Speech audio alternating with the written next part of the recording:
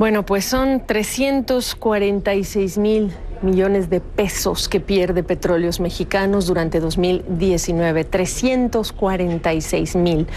Duplicó, por cierto, lo perdido el año previo. Es su mayor pérdida en los últimos 2 años. En dólares hablamos de casi 19,000 millones de dólares, según el informe financiero que la compañía envió a la Bolsa Mexicana de Valores. Una empresa que desde el año pasado ha sido apuntada como un potencial talón de Aquiles para el gobierno de Andrés Manuel López Obrador en lo que es la Cuarta Transformación. Y si bien este gobierno tiene apenas 1 año y heredó muchos de los problemas que llegaron con la petrolera estatal, la pregunta es cuánto de lo hecho en los últimos 12 meses al menos ha funcionado para contener esa sangría de pérdidas y convertir a esta, que es una empresa para la calificadora Fitch quebrada, en una empresa productiva y rentable. Jaime Brito, experto en el mercado petrolero, nos acompaña desde Houston y le echaste un ojo a todo lo que es este informe de 39 páginas. Mencionan, Jaime, menos producción como los factores de esa pérdida, factores externos y menos ventas nacionales. ¿A qué nos apuntas tú de esos factores que te llamó la atención?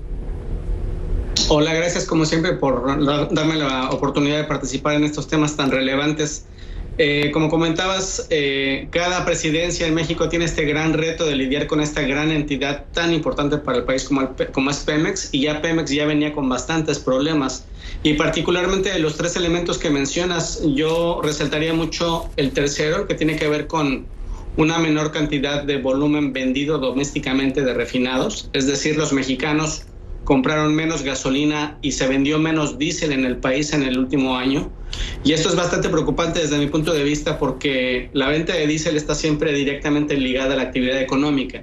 Cuando tú eres dueño de parcelas donde produces o exportas aguacate o haces manufactura o importas o vendes bienes, siempre necesitas un tráiler que mueva tu mercancía, y el hecho de que se reporte de parte de Pemex mismo que la venta de diésel cayó 11% durante el año pasado, a mí me da un indicador bastante preocupante de cómo está en general la actividad económica del país, que va mucho más allá al radar de Pemex, a la esfera de influencia de Pemex, pero sí tiene que ver con todo lo que es el esquema o el panorama que está dando a entender México en este primer trimestre del año 2020 y cómo vienen las calificaciones tanto de Pemex misma como del país. Exactamente.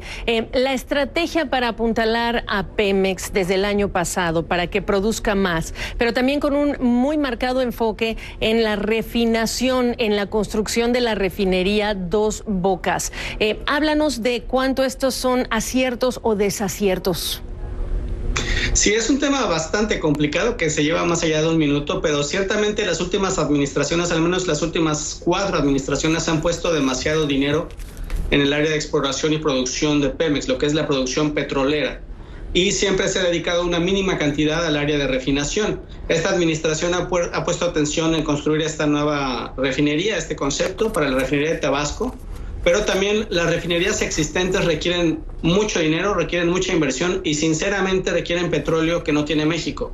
Yo desde mi punto de vista en particular creo que la única gran esperanza para el sistema de refinación mexicano es que se le permita a México importar petróleo de los Estados Unidos, que hay mucho crudo ligero enfrente del país, y ese crudo ligero es el que necesitan las refinerías mexicanas para poder incrementar y mejorar sus operaciones.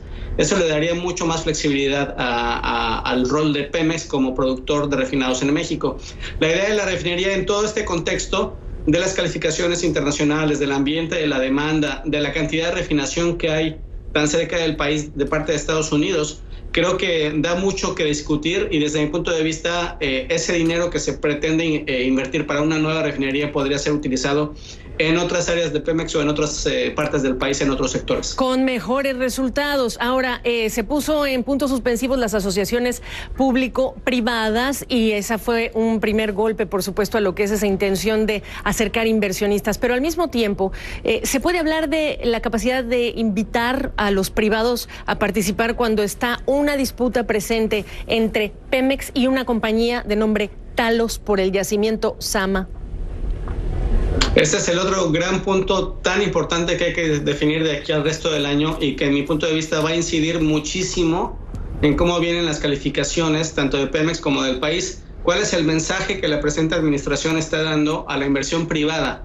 está aceptando la inversión privada que llegó con la reforma energética o la está sacando, la está impidiendo. Y eso tiene que ver no solo con este conflicto legal que hay entre a dónde llega el campo de Zama y dónde termina el derecho de Pemex o de las empresas privadas para explotar el hidrocarburo que se definió en las rondas petroleras, sino, por ejemplo, también tiene que ver con que se otorguen los permisos para operar estaciones de servicio, para operar permisos de importación. Muchas empresas quieren importar gasolina o diésel a México, pero la Comisión Reguladora de Energía está ya sea impidiendo o deteniendo este trámite de permisos que en la administración anterior eran bastante dinámicos. Entonces, aquí yo creo que la administración tiene que decidir cuál va a ser el comportamiento, la posición federal oficial respecto a la participación privada, que ya se reconoce que es súper importante y que realmente Pemex solo no puede realizar las inversiones que se requieren desde exploración y producción, refinación y distribución. Entonces, ojalá la presente administración muestre, ya sea con renovación de permisos, con esta resolución del campo Zama, etcétera, que le da la bienvenida a la inversión privada y esto le ayudaría marginalmente a México en general. Por último, muy breve, ¿le pesa a Pemex ser comandada por un aliado de Andrés Manuel López Obrador, ingeniero agrónomo? Yo creo que le pesa los mensajes y todo este tipo de entorno regulatorio y de mensajes que está dando para la participación privada. Eso puede ser puede tener consecuencias bastante fuertes el resto del año respecto a la factibilidad económica de Pemex como empresa y a México como país. Pues es una noticia que preocupa y que sienta un precedente, y ni siquiera tocamos el entorno externo con esta abundancia de petróleo y el coronavirus y lo que representa para las ventas de crudo de México, que se cotizan por debajo de los crudos de referencia como el Brent y el WTI. Jaime Brito, gracias. Gracias, hasta luego.